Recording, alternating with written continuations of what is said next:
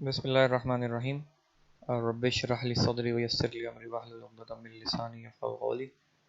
रब्बना इग़फ़िर लना ज़ुनूबना व इसराफ़ना फ़ी अमरिना वसब्बित अक़दामना वंसूरना अलल क़ौमिल काफ़िरीन। आमीन या रब्बिल आलमीन।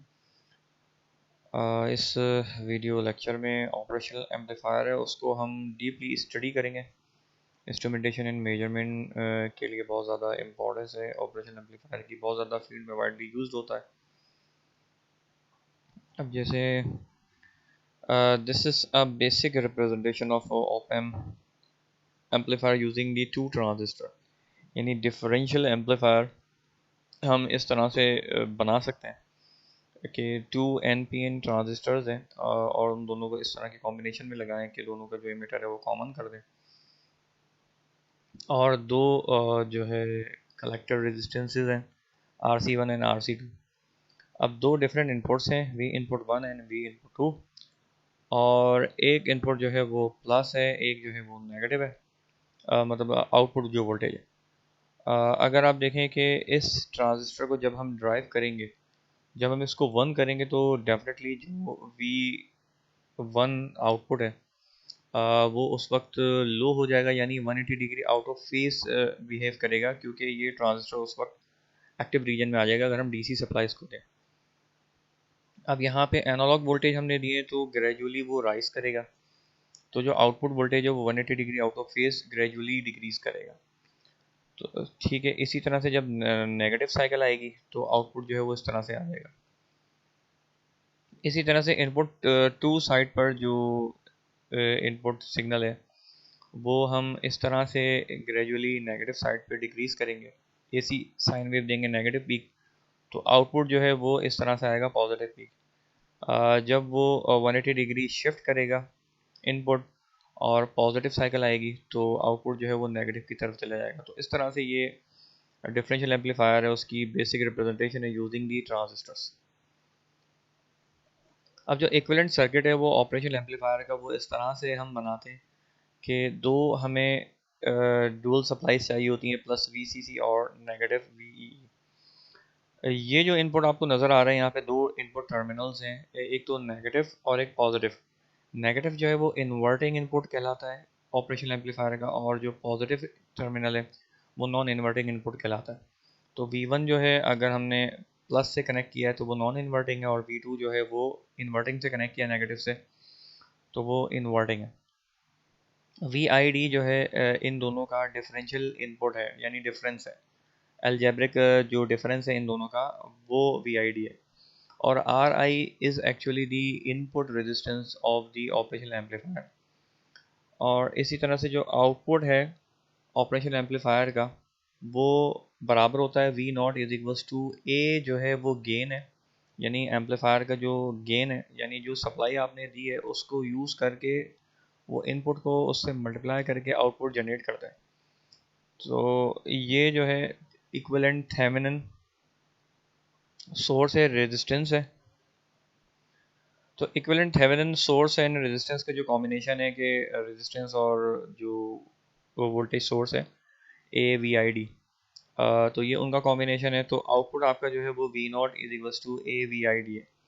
तो थेवेनिन किस तरह से ड्रॉ होता है, क्या करंट और वोल्टेज किस तरह से चेंज होते हैं, ये आपने ECT में बहुत अच्छी तरह से पढ़ा होगा, तो मैं उसको रिपीट नहीं करूँगा यहाँ पर।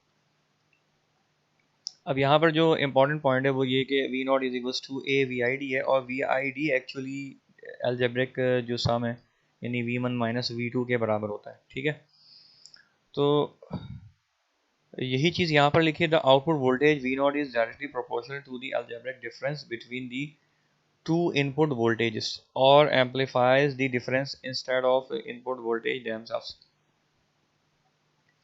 यहाँ पे जो सिंबल्स हैं कि A जो है वो लार्ज सिग्नल वोल्टेज गेन है, VID जो है डिफरेंस है इनपुट वोल्टेज का, V1 और V2 जो है वो इनपुट वोल्टेजेस हैं। V1 अगर आपने प्लस से कनेक्ट किया तो वो नॉन इन्वर्टिंग है, V2 नेगेटिव से किया तो वो इन्वर्टिंग है। ठीक है, अब हम नेक्स्ट देखते हैं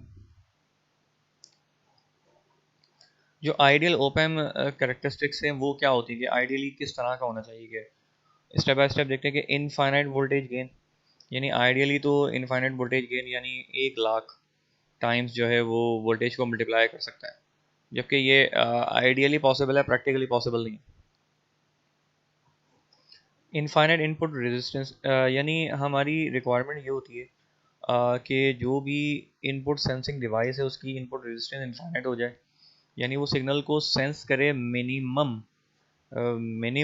जो है पावर कंजम्पशन से, ताकि जो वेस्ट ऑफ एनर्जी है वो ना हो और आउटपुट जो है वो डिलीवर कर दे, so that almost any signal source can drive it and there is no loading of the preceding stage. Third point is zero output resistance or not, so that the output can drive an infinite number of other devices। यानी जो op amp का जो output है वो ideally आप ये consider करते हैं कि वो इनफाइनाइट जो डिवाइसेस हैं उनको वो ड्राइव कर सके। प्रैक्टिकली ऐसा पॉसिबल नहीं होता। Zero output voltage when input voltage is zero, यानी ये भी बिल्कुल आइडियल है कि अगर इनपुट वोल्टेज हमने ज़ीरो कर दिया तो आउटपुट भी ज़ीरो होना चाहिए। ठीक है, ये भी आइडियल करेक्टरिस्टिक्स हैं।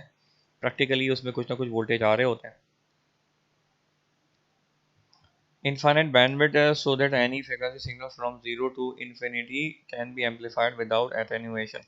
Attenuation का मतलब ये है कि आपने अगर वोल्टेज दिया है और वो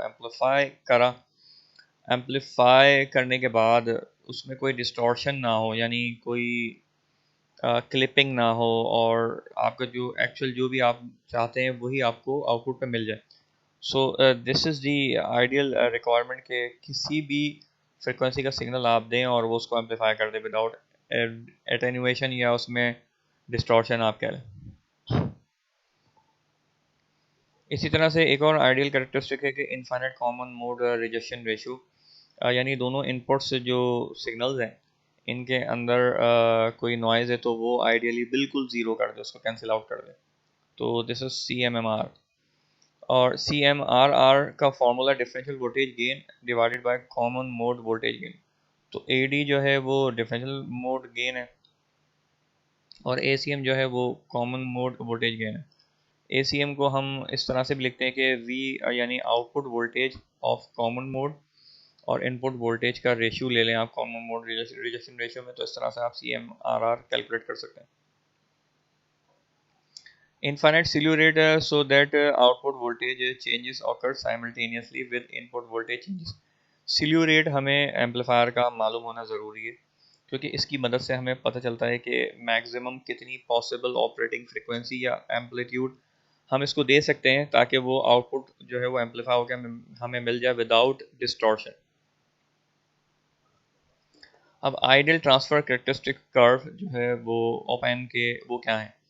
अगर आप इस ग्राफ को देखें कि output voltage with respect to input voltage और दो नेगेटिव पीक्स हैं, यानी यहाँ से नेगेटिव और यहाँ से पॉजिटिव। ठीक है, जब भी आप इनपुट अप्लाई करेंगे और स्लोप का मतलब ये है कि यहाँ पे जो गेन है वो कांस्टेंट है, यानी इस सैचुरेशन के दरमियान में जब तक वैल्यू मल्टीप्लाई होकर आती रहेगी तो वो वेरी होगा, मगर जैसी वो मैक्सिमम सैचुरेशन पॉइंट पर पहुंचेगी तो फिर वोल्टेज जो है आपका आउटपुट कांस्टेंट हो जाएगा, फर्दर उसमें इंक्रीमेंट नहीं होगा। So this is the ideal voltage transfer characteristic curve। The output voltage V0 is plotted against input difference voltage VID, keeping gain a constant। The output voltage cannot exceed the positive and negative saturation voltage, यानी इन saturation region से ज़्यादा नहीं जा सकता। The output voltage is directly proportional to the input difference voltage, यानी जो input आपने voltage दिया उसके difference के directly proportional होता है output voltage until it reaches the saturation voltage and thereafter output voltage remain constant, क्योंकि उसके बाद ये constant line आ जाएगी, straight line। In normal op amp with negative feedback this voltage is near zero and is ignored for simplicity of calculation। यानी जो offset voltage की output offset voltage की बात हो रही है कि negative feedback के साथ जब आप इसको यूज़ करते हैं तो वो near to zero होता है, तो उसको हम सिंप्लिसिटी के लिए नेग्लेक्ट कर देते हैं ऑफसेट आउटपुट वोल्टेज को। इसी तरह से जो कर्व है ये एक्चुअल स्केल पर ड्रॉ नहीं किया गया, क्योंकि जो गेन है वो बहुत ज़्यादा होता है और 10 की पावर 5 उसकी वैल्यू होती है, तो अगर हम उसको स्केल पर प्लॉट करने की कोशिश करेंगे तो वो एग्जैक्टली वर्टिकल लाइन बन जाएगी, तो इसलिए हम उसको एक्चुअल स्केल पर ड्रॉ नहीं करते हैं। अब ओपन लूप ऑपरेशन एम्पलीफायर, उसकी कॉन्फ़िगरेशन को हम स्टडी करते हैं और देखते हैं कि उसमें कि क्या हमें बेनिफिट्स हैं और क्या हमारे जो है उसमें डिसएडवांटेजेस हैं। The term open loop indicates that no connection, either direct or via another network, exists between the output and input terminal. यानी आउटपुट और इनपुट जो है वो आइसोलेटेड है, वो इंडिपेंडेंटली काम कर रहे हैं, कोई फीडबैक नहीं है।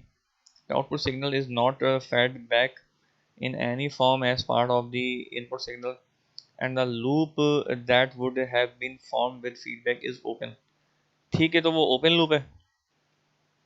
When connected in open loop configuration, the op-amp simply functions as a high gain amplifier.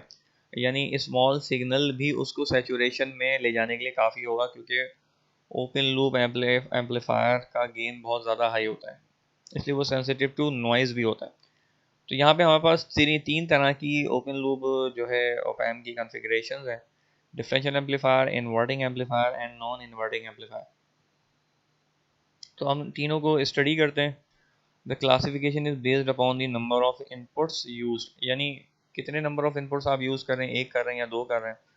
And the terminal to which the input is applied, कि आपने इन्वर्टिंग पे इनपुट दिया है या नॉन इन्वर्टिंग पे दिया है। When a single input is used, तो ये तमाम चीज़ें इंपॉर्टेंस रखती हैं इनकी कन्फिग्रेशन के लिए। अब डिफरेंशियल एम्पलीफायर के हम एग्जांपल इसमें देखते हैं कि जो ओपैम है उसके दोनों इनपुट्स पर एक वोल्टेज सोर्स हमने कनेक्ट कर दिया है, वी इनपुट वन और वी इनपुट टू। जो इनपुट टू है वो इन्वर्टिंग टर्मिनल से हमने कनेक्ट कर दिया, और जो वी वन है वो हमने नॉन इन्वर्टिंग टर्मिनल से कनेक्ट कर दिया। ठीक है, यहाँ पे जो एक बात हमने जहन में रखनी हुई है कि जो आर इनपुट वन है और आर इनपुट टू, जो इनपुट सिग्नल की जो रेजिस्टेंस है वो internal resistance of op amp से कम होती है, तो इसलिए वो नेग्लिजिबल होती है। तो इसी वजह से V2 जो है वो V इनपुट 2 के बराबर आ जाएगा, और V1 जो है V इनपुट 1 के बराबर आ जाएगा। तो जो VID है एक्चुअली वो दोनों का डिफरेंस है, V1 माइनस V2, जो कि V इनपुट 1 और माइनस V इनपुट 2 का डिफरेंस है, और मल्टीप्लाई बाय गेन है, तो आउटपुट वोल्टेज इसके बराबर आ जाएगा। जो लोड रेजिस्टेंस है वो 2 किलो ओम के बराबर या उससे ज़्यादा रखनी है।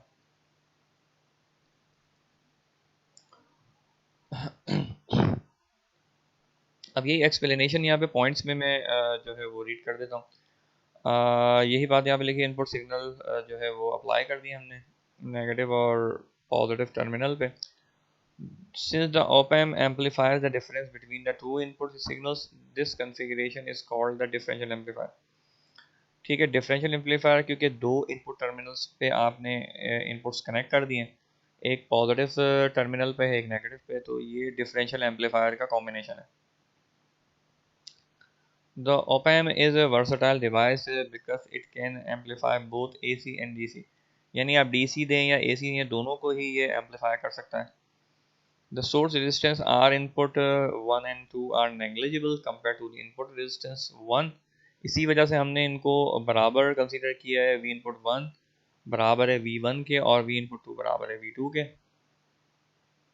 सो वी कैन री राइट जो आउटपुट वोल्टेज इक्वेशन है, V naught is equal to A into V I D is equal to A into V1 minus V2।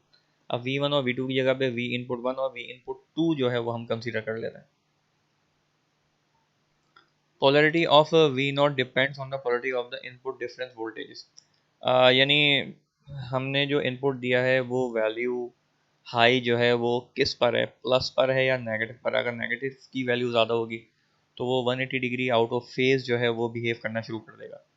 Negative का मतलब ये होता है इसमें। अब इन्वर्टिंग एम्पलीफायर की जो एग्जांपल है, इसमें जो इनपुट है हमने दिया है नेगेटिव साइड पर, नेगेटिव टर्मिनल पर, क्योंकि इन्वर्टिंग एम्पलीफायर है, और पॉजिटिव जो टर्मिनल है उसको हमने ग्राउंड कर दिया, ज़ीरो कर दिया, यानी V1 इस केस में ज़ीरो हो जाएगा, और V2 की वैल्यू जो है वो माइनस में ए एम्पलीफायर का गेन जो है उससे मल्टीप्लाई होके V इन से जो है वो बराबर आ जाएगी। तो इसलिए आउटपुट आपको यहाँ पे नज़र आ रहा है minus amplifier gain into V इन। नेगेटिव जो है वो शो कर रहा है कि जो आउटपुट है वो 180 डिग्री फेस शिफ्ट है with respect to the input. Input is applied only to the inverting input terminal. The non-inverting input terminal is grounded. तो V1 जो है वो 0 है, V2 जो है वो V in है, तो इसलिए हमारा जो आउटपुट वोल्टेज है वो बराबर होगा इस इक्वेशन के. The negative sign indicates that the output voltage is out of phase with respect to input by 180 degree or is of opposite polarity. Thus, the inverting amplifier, the input signal is amplified by gain A and is also inverted at the output. ठीक है, तो output पे भी वो inverted हो गया, इसलिए वो इन्वर्टिंग एम्पलीफायर है. एक तो इनपुट हमने उसके इन्वर्टिंग पिन पर दिया और आउटपुट भी इन्वर्टेड है, 180 डिग्री आउट ऑफ फेज है. अब नॉन इन्वर्टिंग एम्पलीफायर में हमने V1 पे इनपुट दिया है और V2 जो है उसको ग्राउंड कर दिया, तो आउटपुट जो है वो V0 is equal to A into V in. इस कन्फिग्रेशन के अंदर जो आउटपुट है वो इनपुट से गेन टाइम ज़्यादा है. तो इस तरह की जो कन्फिग्रेशन हम ऑसिलेटर सर्किट्स में हम यूज़ करते हैं. ठीक है, तो यहाँ पे जो इनपुट है वो नॉन इन्वर्टिंग टर्मिनल पे हमने कनेक्शन कर दिया था. इन्वर्टिंग इनपुट टर्मिनल जो है वो ग्राउंडेड है. ये इसकी इक्वेशन है जो हमने ड्राइव करी है कि V इनपुट 1 V2 जो है वो 0 हो गया, और इसका मतलब ये है कि this indicates that the output voltage is larger than the input voltage bye gain A and in phase with the input signal. और इन फेज है, प्लस का मतलब है कि V0 और V इन दोनों की जो आउटपुट वेव फॉर्म है वो इन फेज होगी, यानी वो भी अगर पॉजिटिव पीक आएगा तो यहाँ पे भी पॉजिटिव पीक आएगा. In all three op-amp configuration, any input signal, differential or single that is only slightly greater than 0 drives the output to saturation level, क्योंकि op-amp में ओपन लूप कन्फिगरेशन के अंदर जो गेन है वो बहुत ज़्यादा इनफाइनाइट होता है और उसको हम लिमिट नहीं कर पाते. तो this results from the very high gain. Thus, when operated open loop, the output of the op-amp is either negative or positive saturation or switches between positive and negative saturations levels. ठीक है.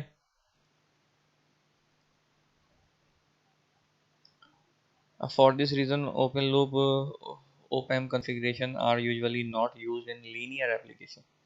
Non linear application में हम उनको use कर सकते हैं, जैसे square wave generate करनी है या कोई कंपैरिजन का काम करना है, उसके लिए हम इसको एज अ यूज़ कर सकते हैं as a comparator. But proper operational amplifier के लिए हमें फीडबैक कॉम्बिनेशन को हमें जहन में रखना होता है. अब op amp with negative feedback. अब इंट्रोडक्शन हम पहले इसका देख लेते हैं. Clipping occurs in open loop, क्योंकि गेन उसका इतना हाई है तो एक्चुअली वो आउटपुट वो आ नहीं पाता. और ये जैसे अगर गेन ओपन लूप का ओप एम्प का 10⁵ है तो अगर आप 1 वोल्ट देंगे तो वो 1,00,000 वोल्ट नहीं आएंगे, तो वो क्लिप हो जाएगा.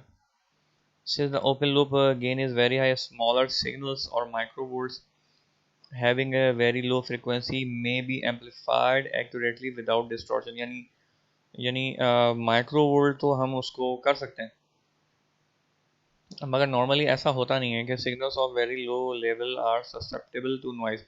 इसलिए कि इतने कम जो लो लेवल होते हैं वो नॉइस सेंसिटिव होते हैं और हार्ड टू ऑब्टेन होते हैं. The frequency bandwidth is very narrow. Open loop की 0 to 5 हर्ट्ज़ होती है. हाउ एवर जो AC एप्लीकेशन है उनमें हमें 5 हर्ट्ज़ से ज़्यादा के सिग्नल्स की रिक्वायरमेंट होती है, तो इसलिए ओपन लूप जो है वो हम यूज़ नहीं करते यहाँ पे. Effect of temperature change in terms of output change is very much prominent in open loop configuration. यानी टेम्परेचर डिपेंडेंट भी हो जाता है, ज़रा सा उसमें वेरी होगा तो उसका गेन डिस्टर्ब हो जाएगा. All above reasons make op-amp unsuitable in majority of linear applications. बस नॉन लीनियर एप्लीकेशन जैसे स्क्वायर वेव जनरेट करनी या कंपैरेटर के तौर पे यूज़ करना, तो हम ऑप एम्प को यूज़ कर सकते हैं. We can control the gain of op amp by use of feedback. यानी हम फीडबैक अगर इसमें इंट्रोड्यूस करा दें तो इस तरह से हम उसके ऑप एम्प के जो गेन उसको हम कंट्रोल कर सकते हैं. अब जो फीडबैक है वो अगर हमने नेगेटिव इनपुट टर्मिनल से दिया है तो इसका मतलब है वो 180 डिग्री आउट ऑफ फेज होगा और नेगेटिव फीडबैक कहलाएगा. ठीक है. और नेगेटिव फीडबैक का फ़ायदा हमें काफ़ी होता है कि हम उसको रिड्यूस कर देते हैं. An amplifier with a negative feedback has a self-correcting ability against any change in output voltage caused by changes in environmental conditions. यानी नेगेटिव फीडबैक के थ्रू जो है वो ऑटो सेल्फ करेक्टिंग एबिलिटी उसके अंदर आ जाती है और वो आउटपुट को स्टेबलाइज करना शुरू कर देता है डिपेंडिंग ऑन दी अगर एनवायरमेंटल कंडीशन में कोई चेंजेस आती है तो। नेगेटिव फीडबैक को हम डीजेनरेटिव फीडबैक भी कहते हैं because it degenerate reduces the output voltage gain यानी amplitude and in turn reduce the voltage gain. ये इसका थोड़ा ड्रॉबैक है कि ये वोल्टेज गेन को रिड्यूस कर देता है। अब हम वोल्टेज अगर हमारे सिग्नल सेंसिटिव टू नॉइज़ है तो बहुत ज़्यादा गेन की वजह से ऐसा ना हो कि उनको वो एम्पलीफाई करके सैचुरेशन में ले जाए जो कि नुकसान दे। If the signal feedback is of the same polarity और इन फेस, यानी हम पॉजिटिव फीडबैक अगर देंगे तो वो पॉजिटिव फीडबैक यानी पॉजिटिव टर्मिनल पे उसका फीडबैक देंगे आउटपुट का, और इसको हम रीजनरेटिव फीडबैक भी कहते हैं जो कि ऑसिलेटर सर्किट्स में हम ज़्यादातर इसको यूज़ करते हैं कि जो भी फीडबैक आ रहा है वो एडिटिव इन नेचर है और क्या कहते हैं जो कोई नॉइजी सिग्नल है तो उसको भी वो एम्पलीफाई करके उसमें एडअप कर दे। When used as an amplifier negative feedback stabilises the gain. अगर हम उसको एज एम्पलीफायर यूज़ कर रहे हैं, नेगेटिव फीडबैक का फ़ायदा क्या है कि वो गेन को भी स्टेबलाइज कर देता है, बैंडविड्थ भी इंक्रीज़ हो जाती है, इसी तरह से जो इनपुट आउटपुट रेजिस्टेंस है वो भी चेंज हो जाती है और इसकी वजह से decrease in harmonic and non linear distortion, यानी जो हार्मोनिक्स हैं और नॉन लीनियर डिस्टॉर्शन है यानी एटेन्यूएशन कह लें आप या सिग्नल की क्लिपिंग हो गई, शेप डिस्टर्बेंस है, वो भी कम हो जाती है। ठीक है, ये तो इसके फ़ायदे हैं बट एक नुकसान ये है कि जो गेन है वो हमारा कम हो जाता है। ठीक है, अब block diagram representation of feedback configuration क्या है। A feedback amplifier is sometimes referred as a closed loop amplifier, उसको हम closed loop amplifier भी कहते हैं। A feedback amplifier essentially consists of two parts, इसके two parts होते हैं, an op-amp और यानी operational amplifier and a feedback circuit. Feedback circuit configuration है वो बहुत ज़्यादा इंपॉर्टेंट है। The nature of feedback circuit depends on the intended application of the amplifier, यानी यहाँ पे एप्लीकेशन डिपेंडेंट होता है जो फीडबैक सर्किट होता है। A feedback circuit may be made up of either passive component या active components होते हैं और combination of both भी हो सकते हैं। A closed loop amplifier can be represented by using two blocks, यानी एक ब्लॉक जो है वो op amp के लिए और एक जो है वो फीडबैक सर्किट के लिए आप उसको यूज़ करके शो कर सकते हैं। अब यहाँ पे 4 पैटर्न्स हैं जिनके थ्रू आप टू ब्लॉक्स के थ्रू जो है कॉम्बिनेशंस आप जनरेट कर सकते हैं सीरीज और पैरेलल, जिससे वोल्टेज सीरीज फीडबैक है, वोल्टेज शंट फीडबैक है, करंट सीरीज फीडबैक है और करंट शंट फीडबैक है। अब आप जैसे देखें वोल्टेज सीरीज के अंदर क्या है कि जो आउटपुट है ऑप एम्प का, ये एक ऑप एम्प का ब्लॉक है और ये फीडबैक सर्किट है, ये लोड है। तो ये ऊपर वाला जो आउटपुट है वो फीडबैक के नंबर 1 इनपुट पर देकर और इस तरह से उसको हमने लूप करना है, और जो ऑप एम्प का जो सेकंड आउटपुट टर्मिनल है वो इस तरह से उसको लूप करना है। तो ये सीरीज़ जो है इस तरह का कॉम्बिनेशन बन जाएगा। और वोल्टेज शंट के अंदर ये है कि जो ऊपर वाला जो लूप है वो ऑप एम्प का आउटपुट और फीडबैक का जो ऊपर वाला टर्मिनल है उससे कनेक्ट करके और वापस से फीडबैक जो ऊपर वाले में देना है। इसी तरह से जो नीचे वाला कॉम्बिनेशन है वो नीचे वाले से कनेक्ट करके देना है, तो ये वोल्टेज शंट का कॉम्बिनेशन बन जाएगा।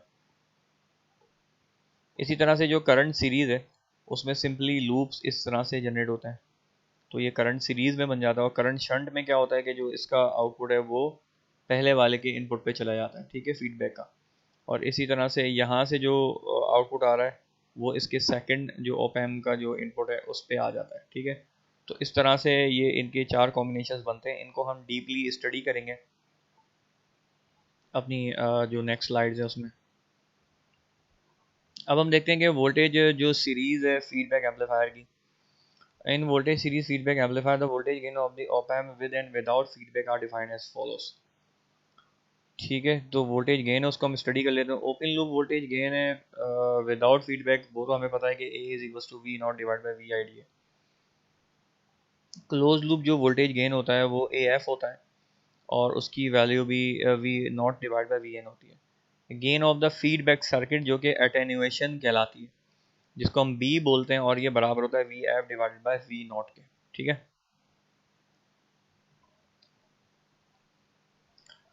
अब जो वोल्टेज सीरीज फीडबैक एम्पलीफायर है उसमें हमने देखा था कि जो आउटपुट है वो फीडबैक से होकर उसके नेगेटिव टर्मिनल से हमने कनेक्ट करना था। तो आर एफ और आर वन जो है ये हमारा फीडबैक सर्किट है और ये हमारा आउटपुट है, ये लोड है आर एल, और वी आई डी वही कॉम्बिनेशन है। जो इनपुट हमने दिया है वो नॉन इन्वर्टिंग साइड पे दिया है और नेगेटिव फीडबैक को हमने यूज़ किया है। ठीक है, तो the circuit is known as non inverting amplifier with feedback और close loop non inverting amplifier हम इसको कहते हैं। The op-amp schematic with its large signal voltage gain A and the feedback circuit is composed of two resistors R1 and RF। तो जो feedback circuit है वो R1 और RF पर कंसिस्टिंग है। अब यहाँ पे हम देखते हैं input signal is applied to the non inverting input terminal of the op amp। तो वी आई डी बराबर है V in minus V F के। तो जो वी एफ है वो एक्चुअली वी टू है, यानी नेगेटिव साइड पे जो फीडबैक के थ्रू जो वोल्टेज इसको मिल रहा है वो वी एफ है जो फीडबैक सर्किट से मिल रहा है।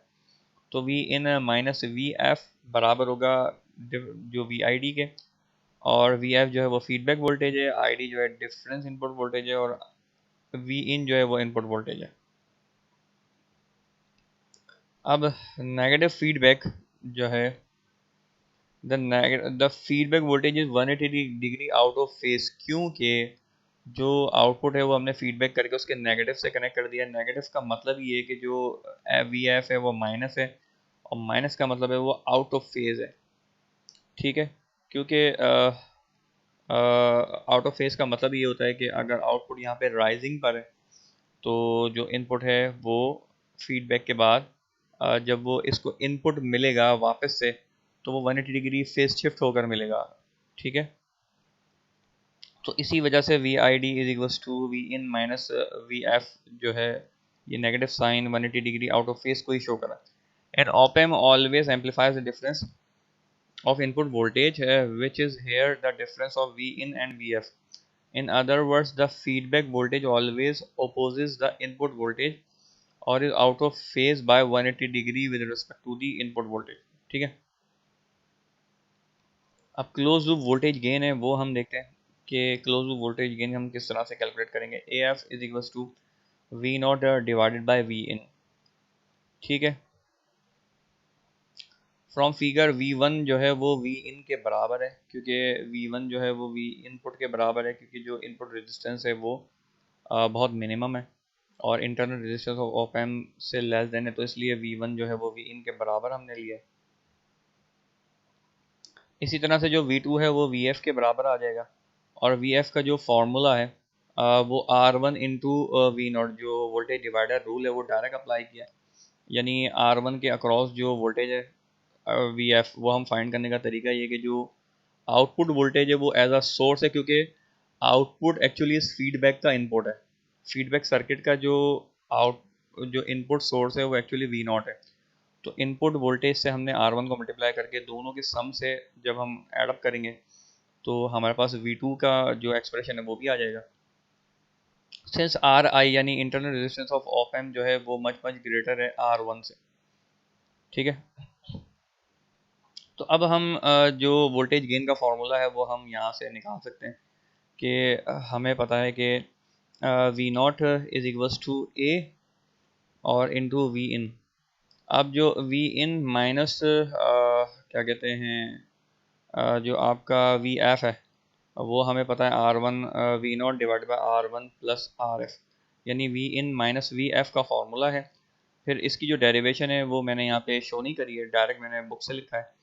तो वी नॉट जो है वो बराबर आ जाएगा इसके A into R one plus R F into V in R one plus R F plus A R one के। ठीक है, तो ये क्लोज लूप वोल्टेज गेन है और इस तरह से हमने ये कॉम्बिनेशन निकाल लिया इसका। 10 यहाँ से हम ए एफ को हम निकाल सकते हैं कि ए एफ बराबर है V not divide by V in, और वी नॉट का एक्सप्रेशन भी हमें पता है और वी इन का भी पता है। तो इसी एक्सप्रेशन से हमने वी इन को लेफ़्ट साइड पर हम ले गए, तो हमारे पास जो बचा final answer A into R one plus R F divide by R one plus R F plus A R one. तो ये हमारे पास जो क्लोज लूप वोल्टेज गेन है उसका एक एग्जैक्ट हमारे पास इक्वेशन है ए। अब सेकंड स्लाइड में हम देखेंगे कि जो क्लोज लूप वोल्टेज गेन है वो हम और किस तरह से इसको रिलेट कर सकते हैं कि A F is equal to V not divide by V in. ये तो वही एग्जैक्ट फार्मूला आ गया। Generally A is very large, typically order of यानी 1,00,000 टाइम ये बड़ा होता है। दस ए आर वन जो है वो बराबर होगा, ठीक है, R one plus R F के, क्योंकि गेन बहुत ज़्यादा है तो इस वजह से ए आर वन बहुत ज़्यादा होगा इससे। And R one plus R F plus A R one approximately बराबर होगा ए आर वन के, ठीक है।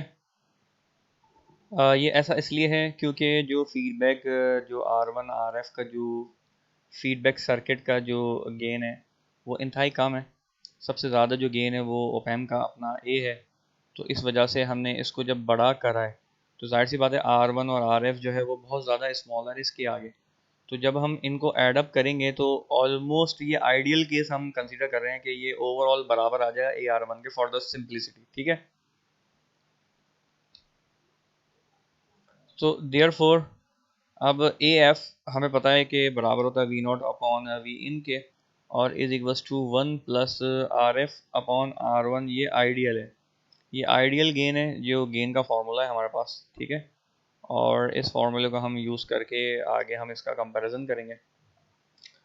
और ये जो एक्सप्रेशन है इसको आराम से जो है वो,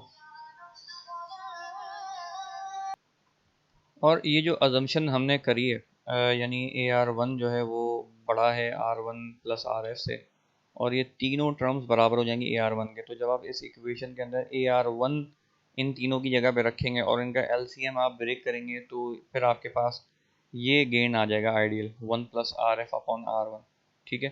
क्योंकि ए आर वन जब आप डिवाइड करेंगे ए आर वन से तो वो वन हो जाएगा, और फिर A R F divided by A R one करेंगे तो ए से ये कैंसिल हो जाएगा, R F upon R one हमारे पास ये इक्वेशन बी बच जाएगी। जब आप gain is determined by the ratio of the R F and R one, यानी जो फीडबैक का जो गेन है वो आर एफ और आर वन से ही डिटरमाइन करते हैं आप। अगर गेन 11 है तो इसका मतलब है कि जो आर वन है वो या तो हमें 100 रखनी होगी या 1 किलो ओम रखनी होगी, और आर एफ जो है वो अगर 1000 है तो हम 100 रखेंगे, और अगर आर एफ जो है वो 10,000 है तो आर वन की वैल्यू हम 1000 रखेंगे ताकि उनका जो डिवाइडेंड है वो 10 आए और फिर वो प्लस वन होके 11 हो जाए, ठीक है।